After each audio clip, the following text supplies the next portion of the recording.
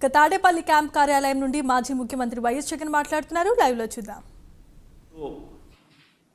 పిహెచ్సిలు, సిహెచ్సిలు, district hospital, teaching hospital ఎప్పుడు బాగుపడ్డాయనంటే గుర్తుకొచ్చేది YSRCP. Zero vacancy policies తీసుకొచ్చి 52,000 పోస్టులు కేవలం వైద్య రంగంలోనే రిక్రూట్మెంట్ చేసి స్పెషలిస్ట్ డాక్టర్లు లేని కొరత లెస్ దెన్ 4%కి ఎప్పుడు వచ్చింది అని అంటే అది వైఎస్ఆర్సీపీ ప్రభుత్వంలోనే. దేశ సగటు 61% స్పెషలిస్ట్ డాక్టర్ల కొరత. ఆంధ్ర రాష్ట్రంలో స్పెషలిస్ట్ డాక్టర్ల కొరత కేవలం 4%. ఆరోగ్యశ్రీ సేవలు 1000 నుంచి 3,300కు ప్రొసీజర్లకు పెంచి 25 లక్షల దాకా పేదవాడికి ఉచితంగా వైద్యం ఎప్పుడు అందుబాటులోకి వచ్చిందంటే అది వైఎస్ఆర్సీపీ ప్రభుత్వంలోనే. ఆరోగ్య ఆసరా ఎప్పుడు వచ్చిందంటే అది వైఎస్ఆర్సీపీ ప్రభుత్వంలోనే. 17 కొత్త మెడికల్ కాలేజీలు రాష్ట్రంలో సాధ్యమేనా? ప్రతి పార్లమెంటు నియోజకవర్గంలోనూ ఒక మెడికల్ కాలేజ్ తీసుకొని రావడం, టెరిషరీ కేర్ను అవైలబుల్గా తీసుకొని వచ్చే కార్యక్రమం జరగగలుగుతుందా అని అంటే సాధ్యం చేసి చూపించింది కూడా వైఎస్ఆర్సీపీ ప్రభుత్వంలో.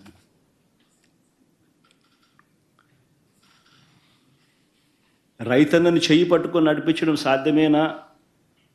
గ్రామాలలో దళారీ వ్యవస్థ తీయడం సాధ్యమేనా? పారదర్శకంగా రైతన్నను చేయి పట్టుకొని నడిపించగలమా అన్నది ఆలోచన చేస్తే ఒక ఆర్బీకే వ్యవస్థ వచ్చింది వైఎస్ఆర్సీపీ ప్రభుత్వంలోనే. ఈ క్రాప్ వచ్చింది వైఎస్ఆర్సీపీ ప్రభుత్వంలోనే.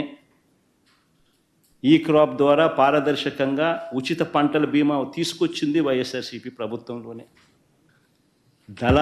దళారీల వ్యవస్థే లేకుండా ఆర్బీకేల ద్వారానే కొనుగోలు చేసే పరిస్థితి ఎప్పుడు వచ్చింది అని అంటే వైఎస్ఆర్సీపీ ప్రభుత్వంలోనే. ఈరోజు నేను చెప్తా ఉన్నా, అన్ని వ్యవస్థలు ఈరోజు తిరోగమనమే. అన్ని వ్యవస్థలు ఈరోజు రైతన్నలు ఈరోజు ధాన్యం కొనుగోలు కార్యక్రమం